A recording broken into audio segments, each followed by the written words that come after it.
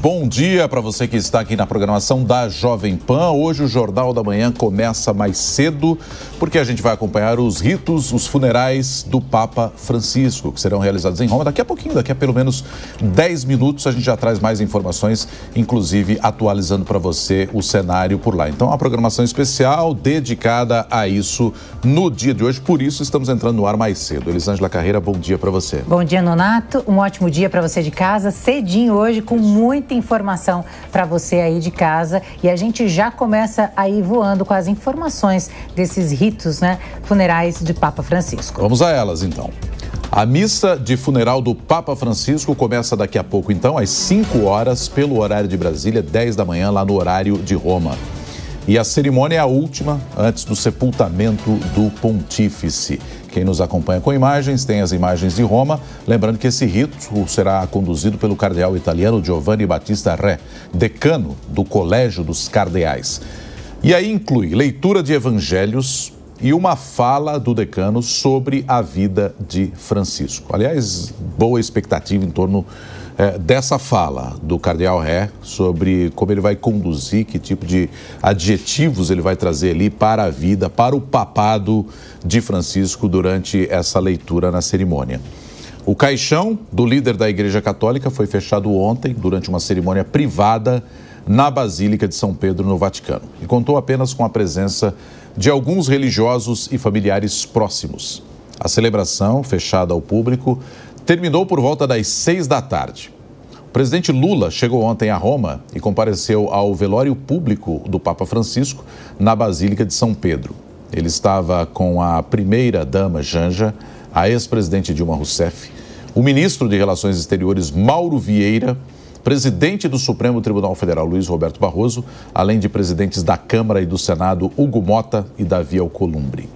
A ministra dos Direitos Humanos, Macaé Evaristo, e o assessor especial Celso Amorim também estiveram presentes, também compareceram, além de alguns outros parlamentares, uma comitiva extensa dos brasileiros para essa visita. Mas eu lembro que não só o dirigente brasileiro comparece, claro, outros líderes também estão por lá. O presidente argentino Javier Milei, claro, está lá também, representando a Argentina. Pela Alemanha, o presidente Frank-Walter Steinmeier e o chanceler Olaf Scholz também estão, além do presidente americano Donald Trump e a esposa Melania Trump também comparecem. O presidente da França também está por lá, o Macron, Emmanuel Macron, além de vários outros líderes de outros países. Então, muita gente comparecendo para dar o último adeus para o funeral do Papa Francisco, que vai ocorrer em Roma. E aí, Elisângela, a gente lembra que essa missa que acontece daqui a pouquinho é a última etapa antes do sepultamento do pontífice, que esse sim será privado também. É importante a gente falar que entre quarta e sexta-feira, mais de 250 mil fiéis do mundo todo compareceram para prestar as suas últimas homenagens. E o funeral, como mesmo o Nonato acabou de dizer, reúne aí dezenas de chefes de Estado e de governo. A multidão é grande, grande mesmo. E tem um detalhe, depois desse cortejo, que eles falam que vai ser como se fosse um passeio, digamos assim. Inclusive lentamente, para que as pessoas possam também dar tchauzinho, dar aquele adeus ali, mas na hora do enterro mesmo, este momento será bem fechado, vai ser bem íntimo para amigos e familiares. Ou seja, a gente vai acompanhar todo esse processo, todo esse período, mas na hora do enterro será fechado, um momento que inclusive foi um pedido também do Papa Francisco. Então, esses ritos, eles vão seguir durante toda essa manhã e quando chegar, então, na hora do enterro, esse trajeto aí entre as basílicas também, Nonato, é importante falar, deve durar em torno aí de 30 a 40 minutos. E o veículo que vai transportar o corpo seguirá ali em velocidade de 10 km por hora, gente. Então, é como o Nonato acabou de dizer, será bem devagar para as pessoas que estão acompanhando prestar sua última homenagem, seu último adeus. É uma multidão gigantesca, as pessoas que passam ali do mundo todo. Nós estávamos comentando antes mesmo de entrar ao vivo que o Papa Francisco move uma multidão gigantesca, assim como foi João Paulo II. A gente confere essa imagem agora, que a mobilização também é tão grande quanto na época. De popularidade, E assim, aí a gente lembra que o Papa João Paulo II não tinha esses instrumentos que hoje amplificam uma cobertura, rede social, internet e por aí vai. Mas o próprio Francisco conseguiu usar bem esse tipo de coisa, conseguiu usar bem a rede social, expandir a sua palavra através dessa nova comunicação que a gente acompanha atualmente no mundo. E aí, claro, a gente já olhando lá para frente, né, em relação à conclave e tal, fica a expectativa do novo Papa, como é que ele vai lidar também com esse processo de comunicação, um tema para a gente discutir bastante daqui a pouquinho com os nossos convidados também. Para quem está nos acompanhando com imagens, a gente já percebe muitas pessoas adentrando a Basílica, tomando os seus lugares também, e a gente tem imagens também do caixão do Santo Padre, para daqui a pouco a missa das exéquias, como é chamada, ter início. E ali o caixão já fechado, no centro, né, da Basílica de São Pedro, mas várias autoridades já chegando e tomando os seus assentos para daqui a pouco essa cerimônia que vai ocorrer lá no Vaticano. E a gente percebe um dia muito bonito no Vaticano, Sim. Céu azul, sol aparecendo. O Papa decidiu aí que o caixão fosse simples, de madeira, revestido de zinco, que seria o suficiente para o seu funeral, que foi esse legado que ele deixou, da simplicidade, humildade, trocou o trono de ouro pelo trono de madeira, que foi uma opção dele assim que ele assumiu o papado. E esse novo rito, né, formalizado em novembro do ano passado, ele renunciou a uma prática de séculos na qual o Papa é enterrado em 3 caixões interligados feitos de cipestre, chumbo e carvalho. Ou seja, ele já deixou isso no testamento. Exatamente, até para honrar o nome Francisco, né? Agora, Elisângela, a gente vai ter nessa cobertura também, aqui no Jornal da Manhã, o Luca Bassani, direto da Cidade do Vaticano, Fabrício Naitz, que é nosso editor de internacional, que já está aqui no estúdio, daqui a pouco participa com a gente. Mas vamos até Roma, porque o Luca Bassani tem mais informações para a gente sobre essa expectativa para daqui a pouco, às 5 aqui no Brasil, 10 horas da manhã, aí em Roma, né, o Luca, ter início essa missa das exéquias. Bem-vindo, bom dia para você.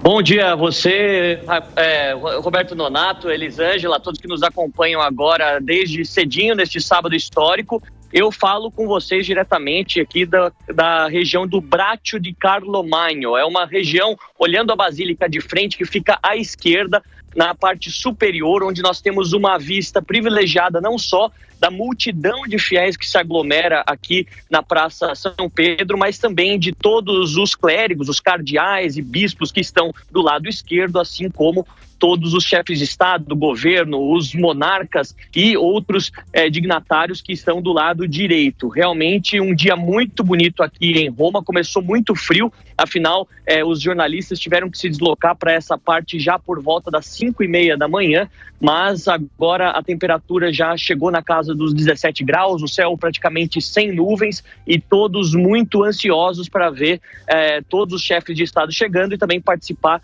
de uma maneira calorosa do Papa Francisco, que foi um Papa tão importante para o nosso continente, a América do Sul, né? O primeiro Papa americano como um todo, né? Seja América do Norte, América do Sul. Francisco, nascido Jorge Mário Bergoglio, de Buenos Aires, foi uma figura extremamente carismática e com as suas causas bastante definidas desde o começo do pontificado. Prezando pela paz entre as nações, sempre falando contra as guerras, prezando pela preservação do meio ambiente, além de lembrar sempre dos esquecidos, dos oprimidos, daqueles que muitas vezes não têm uma voz, não têm um destaque dado pela sociedade. Então, é um Papa que ficará, de certa forma, lembrado para sempre por conta deste seu legado e hoje receberá todas as devidas e merecidas homenagens, sejam dos leigos, né, dos civis, seja também de todos aqueles que são clérigos, que são ligados à Igreja Católica. Um evento grandioso, muito bonito, histórico, e logo veremos já o caixão do Papa sendo deslocado do centro da Basílica aqui para a parte de fora, onde eu com meus colegas da imprensa mundial acompanharemos este evento com todos vocês e com um grande time de especialistas que poderá também trazer os maiores detalhes sobre aqueles que estão presencialmente aqui e toda a simbologia destas tradições milenares que são carregadas pela Igreja Católica após a morte de um sumo pontífice. Perfeito. Luca Bassani, direto de Roma, trazendo aqui essas informações para a gente, Elisângela. Fabrício Naitz, que está aqui com a gente também no estúdio, daqui a pouquinho ele vai falar um pouco mais sobre esse período que é bastante importante E Fabrício, bom dia, né? A gente aqui já acordou bem cedinho com todas as informações. Explica mais sobre esse momento em que a igreja ela fica sem um líder até então, até acontecer o conclave. Explica pra gente como que é esse período e como que ele é importante também na parte administrativa. Pois é, Elis, bom dia para você, Nonato, todos que acompanham o Jornal da Manhã. Um prazer participar dessa cobertura histórica aqui na Jovem Pan. A igreja ela fica liderada nesse momento pelo camerlengo, o cardeal irlandês Kevin Farrell, mas ele responde a um colegiado de cardeais. Então ele não tem poder de decidir absolutamente nada sozinho durante esse período. Tudo que é feito, ele precisa da aprovação desses cardeais. Mas são decisões meramente administrativas, grandes eventos. A agenda da Igreja Católica, de maneira geral, ela acaba sendo postergada até que haja um novo Papa. É o caso, por exemplo, da beatificação do Carlos Acutis, que estava programada para acontecer nessa última semana.